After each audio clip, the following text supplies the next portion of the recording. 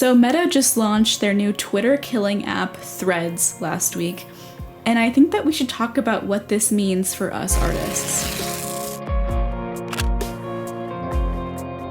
This video is sponsored by Squarespace. For those of you that don't know, Threads is aiming to be a less toxic version of Twitter.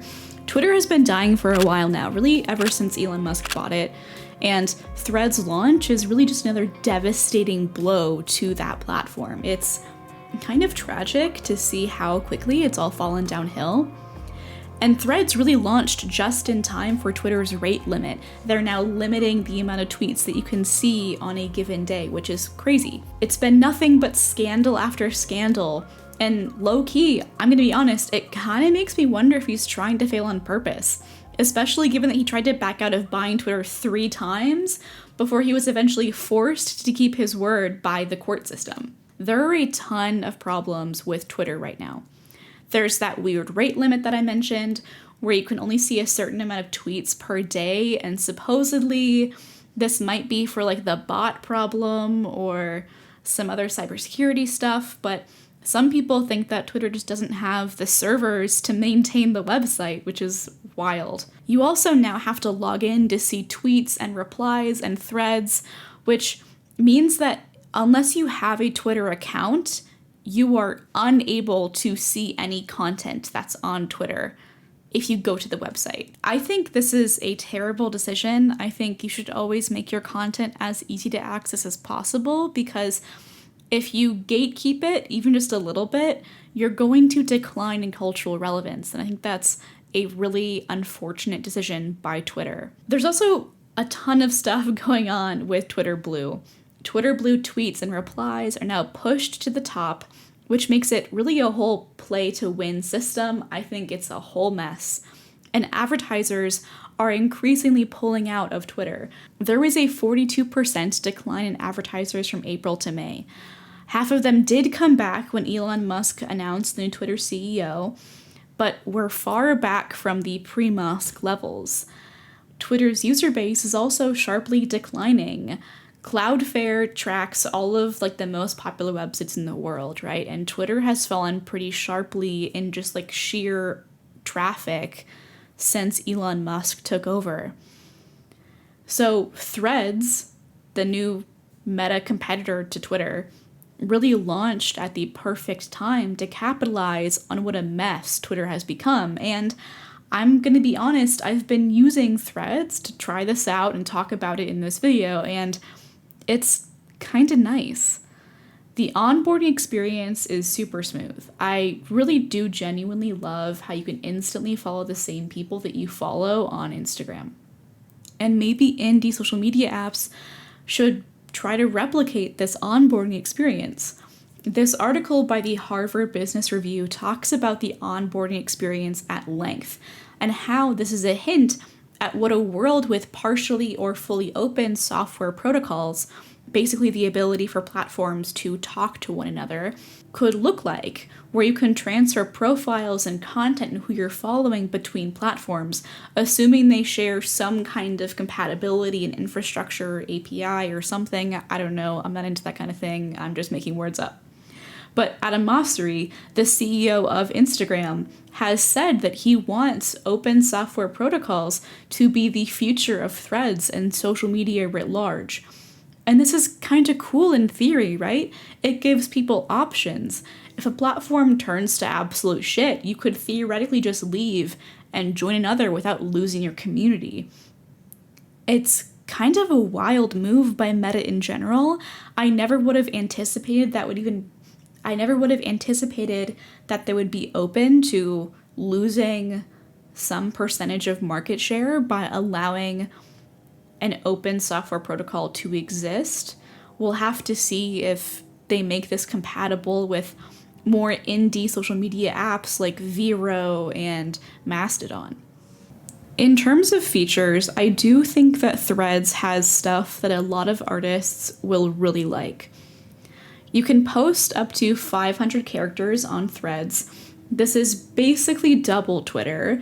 You can also have pictures, links, and videos natively hosted on the app that are up to 5 minutes long. A lot of artists that I've been interacting with on Twitter, and a lot of the artists that I've been interacting with on Threads are much more pro photo than video, which makes sense. We haven't really had a mainstream, fully kind of natively photo first app for a long time, ever since Instagram launched IGTV and then Reels and Stories.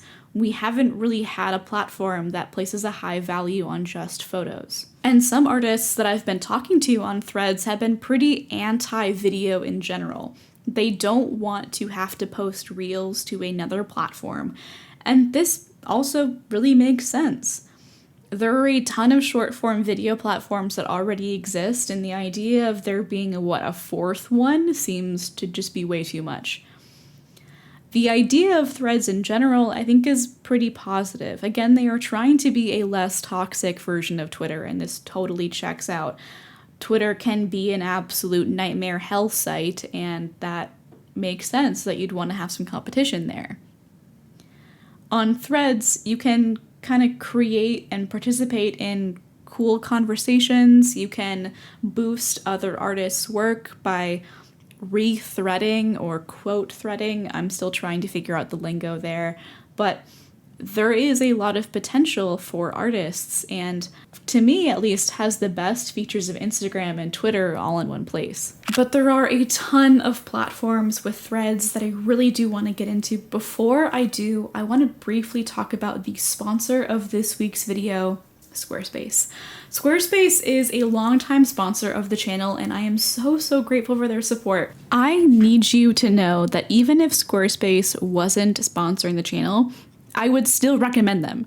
This is because I've used Squarespace to host my own website for years now, and I just genuinely believe it is an amazing platform for artists looking to get started selling stuff online and sharing their work. They have all the features a budding art entrepreneur would need, from email lists to fluid design tools that enable you to get your website just right.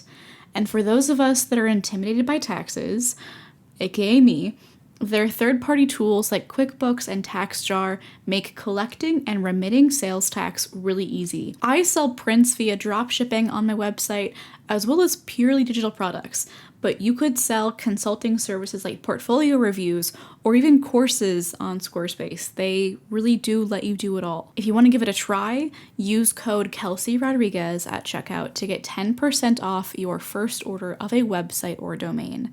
Thank you so much again, and let's get back to the video. But is it worth it to post on Threads as an artist? Should you take on yet another social media platform and figure out a way to make content for that in your schedule?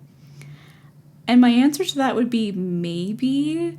I don't think you should necessarily go into it wanting Threads to be your primary platform, but I will say that it is genuinely nice to be able to post art without having to worry about optimizing the time of day you post or how many hashtags you use.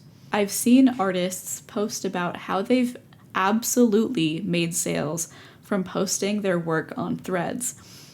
Links seem to get a fair amount of traction as well, for what it's worth, the same as photos, and the ability to rethread and quote thread things means that you can boost previous posts more easily if it turns out that the time of day does actually matter.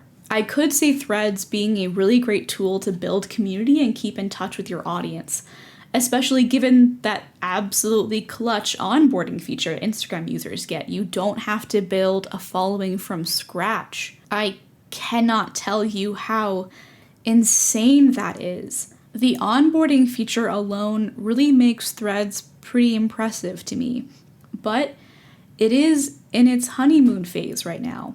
There's no trending page, no ads, no ability to schedule posts.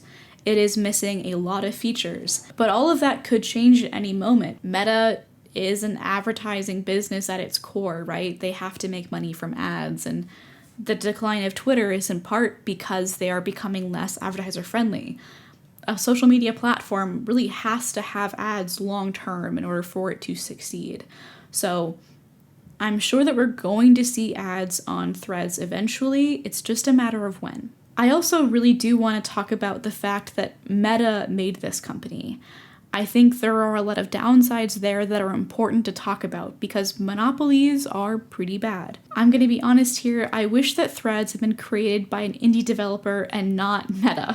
I would have given so much for it to be not Meta. But at the same time, I just don't think that Threads would be nearly as successful if it had been created by anyone else. Threads has over 100 million users now. I don't think that that would have been possible in the insanely short time frame that it has been if it had been created by someone else. And while Instagram slowly moving toward an open software protocol where you can join other apps so that losing your community is great, I feel conflicted about rooting for Threads' long-term success because of the increasing monopoly that Meta will have over social media as a result.